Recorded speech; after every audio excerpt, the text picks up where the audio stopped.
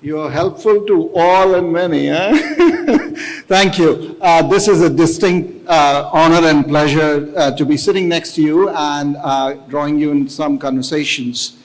You know, at Dahlberg, which is an impact-focused management consulting firm, we only say yes to projects which are impact-focused. Looking at your journey, I think you put us all to a bit of a shame.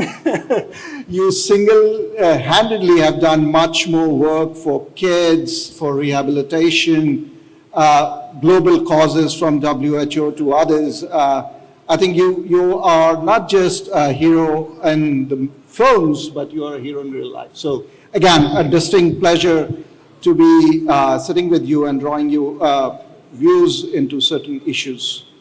So as we were just chatting before we started, there are three issues where I want this audience to benefit from the inspiration you can bring. One is just taking pride. Taking pride in your culture, in your heritage, where you come from, and where you can go. You are a living example of Indian youth which has changed course of careers, of thinking, of impact, to name a few. As India embarks on this journey of Viksit Bharat, which our Honorable Prime Minister has drawn us all into an inspirational vision, what are your views of taking pride where our youth, which are sometimes struggling with various influences globally, what's your vision or your advice to the youth, looking at you, looking at the vision, taking pride in our culture and heritage? Firstly, Gigi, thank you so much for the warm words. Good evening to everybody who's here, and a very warm thank you to IBPC for organizing this and being such a fantastic bridge between nations. I have some great friends, mentors, advisors in the audience, so good evening to all of them. And I must give a shout out to my sister-in-law Jyoti, who works at your firm Dahlberg. I know a lot about your company because of her, and I have a very high opinion of what Dahlberg does. So congratulations on being part of such a great organization, and impact is so essential. Look, I think everything that I've got in my life is driven by impact. And I discovered that very early in my life. Today, I believe I've been fortunate to have built a few companies, built quite a portfolio for myself. And the focus has always been on trying to create maximum impact, because I believe that profit is for a quarter, but purpose is for life. And I try to live by that thought. You know, if you can drive with purpose, when you're asking me how do we inspire the youth, I always tell them, find your purpose. And if you find your purpose in this ecosystem, you can start creating value. Once you start creating value, people will chase you with capital, because capital chases value. If you create value, there'll be capital behind you. And that value can never come with being purposeless. You can't be a value creator in short-term trading. You have to think about creating that wealth. And that's the journey that I've taken myself. In terms of jumping between different kinds of career paths, right? Whether it's being an actor or being an entrepreneur. Nowadays, I'm called an actorpreneur. I believe there's a new term being coined. I feel that many of us are trained to think either singular or binary. You know, you'll find people who are focused only on one thing, or they think binary, in a yes or no, I can either do this or do that. I believe in trying to be trinary. If you don't try, and if you don't learn, and if you don't try to explore what more can happen, like I believe in creating a cross-section always of value, a horizontal and a vertical line. How can you create deeper value in what you're doing? Efficiencies, how can you create more value? How can you create more profitability? How can you extract more from what you're already doing? And how can you create a complementary horizontal plane? What can add on to those buckets and create a larger grouping of value? And I believe that that's what's always kept my organizations growing and in good stead. And many of them have created exponential value in a very short window of time. I think that thought process of creating this cross-section is what drives me. So if I had to tell the youth, I would say that invest in yourself, invest in your capacities, try everything, don't shy away from it, jump into it, and always try and create value, both vertical and horizontal. Thank you. It's kind of a masterful management class you're giving here. Let's take this impact story to a certain scale. And by that, let's talk about sustainability at large. I lead our climate practice. I've seen it from a fashion fad to now lived reality of our country and countries in the region here as well. You worked across various sectors where sustainability is emerging as a key theme. But still some people say, it's coming out of the sacrifice, not from a sense of desirability. There is a cost to it, I don't see the value, you doesn't get inspired. So give us your sense how you have embraced sustainability and how you're spreading that to masses. So there's always a difference between a personal ethos and a working business plan. Right? Business at the end of the day, no matter how purposeful it is, has to grow with profit. If there is profit, there are stakeholders. Like I've been blessed to be a medium. I don't take any credit for it, but some divine power chose me to be a medium to create measurable impact. And I was out there for a good part of maybe 15 years of my life, 16 years of my life, with my hand out like that, asking people, not for myself, but for causes. Being an ambassador, raising capital, tens and tens of millions of dollars in a year, going to corporates, going to UHNIs, traveling the world, doing events, galas, and telling people, look, this is the need of the hour, please come, write a check, be involved, see the measurable impact, and great organizations. But what I discovered is there is something called an asking fatigue, which I definitely experienced, because you keep going back to the same people. Can you write me a check again? And then there's something called giving fatigue. And what happened during COVID was very interesting. Like I've been working with Cancer Patients Aid Association for the last 20 years, 22 to be precise. And I don't think I would have been able to do it without the mentorship of the legendary Ratan Tata. I just talked to him about an idea, saying, hey, I had this experience where there was this young girl, her name was Sahara, and I was told that this 6-month, 7-month-old baby is going to die because she had acute lymphoblastic leukemia, and there was no way her parents could afford it. And I think from my first salary or my second salary, I think it was a salary of Satya, I decided to donate that entire salary to try and save that girl. It wasn't much, but for me it was a lot then.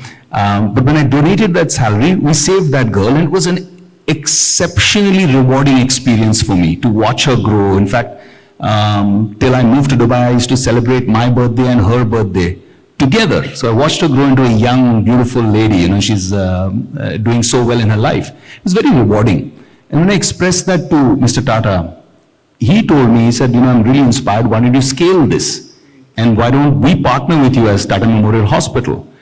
Then I went out to partner with doctors, hospitals across the country, brought stakeholders in, and a phenomenal amount of work that the volunteers at Cancer Patients Aid Association and the team there, the management team there, which is a great organization, did, eventually evolved into us being able to save and help 250,000 children who are all farmers' children, laborers' children, who would have never afforded it and maybe would have lost their lives to cancer.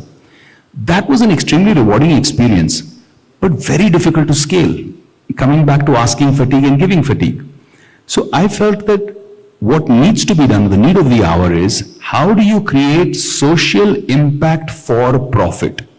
How do you create models that are sustaining themselves continually financially? If you can create social impact as the designated goal, that this is what we want out of this, but yet make it financially feasible and profitable. That is fantastically self-sustaining. I know a lot of legacy check writers who want that to be a part of their legacy, who want to say, hey, listen, we were part of that, we created that impact. Like we're in the Middle East right now, we're in the United Arab Emirates. I was reading a World Meteorological Report, right, by the WMO. And it says that this region where you come from, sir, and where I live, is heating in global warming at twice the rate that the rest of the world is. So this place, especially this wonderful place that we now call home, needs it urgently. And the UAE government is doing some fantastic work. They've taken some amazing initiatives, whether it's on efficiency or discovering of new technologies or incubating new technologies in the UAE. And I think you'll see measurable impact from there. But these things are also an opportunity, because we believe that there is wealth here and people are sensitive to this, and our way of life will be completely destroyed if we don't pay attention to this urgent issue. So I think social impact for profit is the future. Thanks, Vivek. Hearing you, I felt like I'm sitting in our partner meeting where, all we talk about is social impact. Maybe we should, appoint you as the honorary chairman of Dalberg Advisors and guide us through scale and impact. You talked about giving and giving not just at a case-by-case basis, but, giving at scale.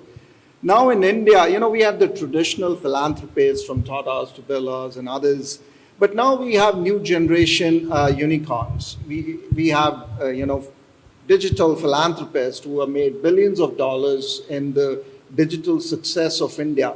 And they're now coming out and building their own philanthropies. But still, these cases are siloed, they're pursuing their respective agendas.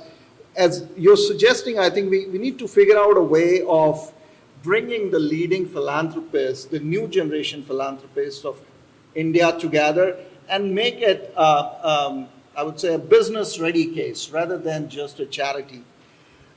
With that, I also see an opportunity of the region we are sitting in, in West Asia, where many philanthropies are coming forward and taking up issues. Maybe that's an agenda we should invite you to take leadership in bringing, West Asian philanthropies and Indian philanthropies to come together. We have so many connects, of our workers, of our talent, of our money, and of course the cultural connect. With that, let me draw you into your fraternity, Bollywood. Huge impact, huge inspiration. How we should bring Bollywood more closer to the sustainability agenda. You are a champion. We want others to also inspire. So give us your sense how you're bringing your fraternity closer to this, nature conscious, sustainable conscious, or impact focused fraternity. I believe since 2014, this particular government has taken an active interest in leveraging Bollywood, which is a very smart thing, because I feel that the US did this phenomenally. They had huge success in leveraging Hollywood, right? I don't believe in the 1940s or 50s, people in India or people in China wore jeans. But then you saw the cowboys wearing jeans on these fantastic silver screens, and then everybody thought, that's what I want to wear. I mean, just a simple thought. I mean, it's a cultural export, which also converts into a product export, right? Today, the whole experience of Maharajas is what we've sold so well as Rajasthan, and that you can see in the impact of dollars per person in terms of tourism. People going to, say, Jaipur or Udaipur will pay that much more versus wanting to stay in a business hotel in Mumbai. So you see that impact on how it translates to a visual appeal. So I think this particular government has been fantastic in terms of leveraging actors, influencers. They've been able to push brand India very, very well. We've had situations where big Indian stars have gone to the Red Sea Film Festival and promoted there. So this is also an interesting cultural bridge building. I believe that it's a great bridge that we can utilize to leverage. When I go to Russia, for example, the kind of fans I meet there, not only of my movies, but also my father's movies. And the way they always, after a few shots of vodka, they're always singing Jimmy, Jimmy. So you see the impact that Bollywood can have. And I'm very glad to see that from 2014-15, there's been an active utilization of that cultural capital. It's been leveraged very, very well. I think that's where the contribution lies. Aside from that, I think even when I wanted to raise capital for houses to rebuild 3 villages post the tsunami, A lot of Bollywood contributed not just by check, but by voice. They came out and spoke about it. They brought, attention to the issue, and that's more valuable. Actors came out to do talkathons. I myself, in terms of green energy, I remember when NDTV was doing something where they took me to, it's called Light a Billion Lives as a program. And I went to a village called Beharda, because I spoke to them and I said, I want to gift this to my parents for their wedding anniversary. So on the 1st of August that year, I was actually in a village called Beharda. I took my wife with me 13, 14 years ago. And we set up, because the folks over there, the old village folk, it's in Madhya Pradesh, they said, we've been promised Bijli, electricity, since 1970s. They've built these poles, but they don't have the cables yet. There's no energy yet. And that used to be a situation. And we set up a solar power plant there locally to not only sustain or light the lives of the local people, but also to set up energy requirements for them to create some sort of a value accretion, a value addition to what they produce locally. That was game-changing for the local economy of the village. And it's such a scalable idea to create microgrids and to create just basic requirement of energy. And if that energy can be green, then nothing like it. We're working with a very fantastic, brilliant mind, an IITian in India, to create the most efficient air-to-water generation technology. Now, portable air-to-water, and we've already got the first order in that company from Toyota. So to create air-to-water which is portable without having to spend on massive infrastructure, and the best part is that we've tested it in arid and desert climes. Efficiency is low because relative humidity is lower, but new, very interesting, scalable solutions are coming out of it. Like, for example, today, just to get water into solar panels in solar parks is a nightmare. Now, if you're able to generate from solar energy, utilizing this air-to-water generator, and then drip cleaning all the panels, you're increasing the efficiency of the solar panels also. So these are the kind of real-world solutions we're working on. This is fantastic, This is the kind of brand ambassador we need for India green energy revolution. We have seen at a micro level how it impacts people on the ground in their life, how it makes, from just an energy access agenda. I remember, 20 years ago when I started my journey in climate, we used to say in India, energy access, we need light bulb in every house. Now from there, we've gone to productive use of energy, now the solar revolution, and Indian business models are going everywhere in the world. Yeah. And champions like you take the torch and inspire not just people at home, but globally. I've been told that, we may take one question at best because he has other engagements and you had a long day, and we've been inspired a lot now, and we have to go out and do some real work. So maybe just one question, please raise your hand. Anyone? Wow. Okay, go for it.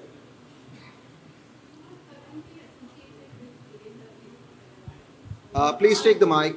I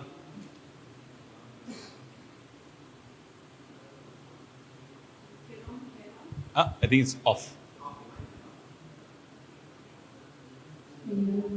Thanks. Loud and clear. I'm Kiran Thaila, and I'm a fan of yours, especially Thank you, ma'am. Good evening. And the next statement. So you are currently associated with BMW. So how is BMW in Dubai doing something exactly what you are talking about, the current developments, and how is solar energy going to be strategized into your next project, and how is UAE going to benefit from it, and how other people going to save from this solar energy if you're going to give them. Thank you, ma'am. Thank you for the question. Yes, BMW Developments is a baby which we have nurtured and grown in this wonderful country, which has given us such great opportunity. And we've had some wonderful friends and well-wishers on this journey. Ankur Agarwal, my partner in the company, and we started it with a vision.